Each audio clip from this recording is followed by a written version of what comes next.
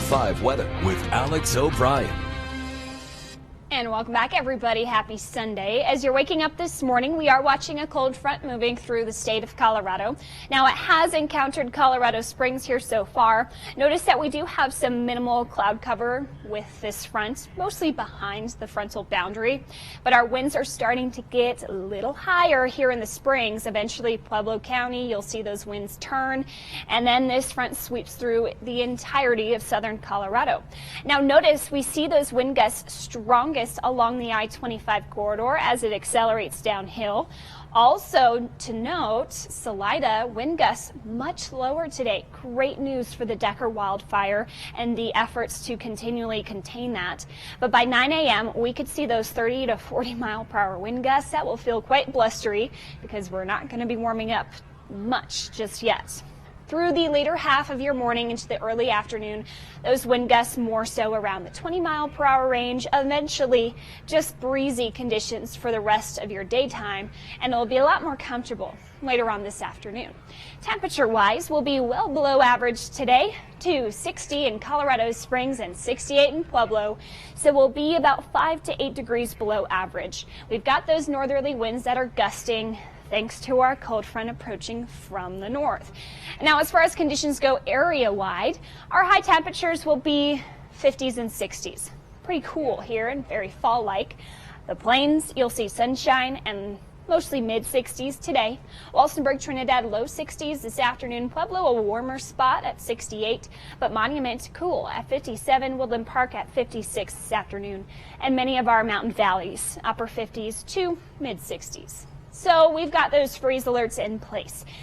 A lot of our first freezes are likely here come tomorrow morning. So let's time out all these colors and what exactly they all mean. So all of these alerts are in place from midnight to 8 a.m.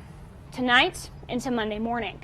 This frost advisory in the blue color here, one of the three blue colors, shows temperatures dropping to about 31 degrees. Not a hard freeze, but that will be hazardous to your sensitive vegetation, your potted plants.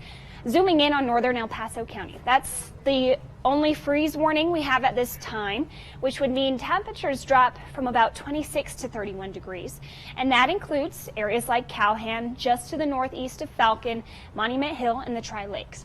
So that's the cool down by tonight. Here's those forecast temperatures. Notice not everybody gets that freeze.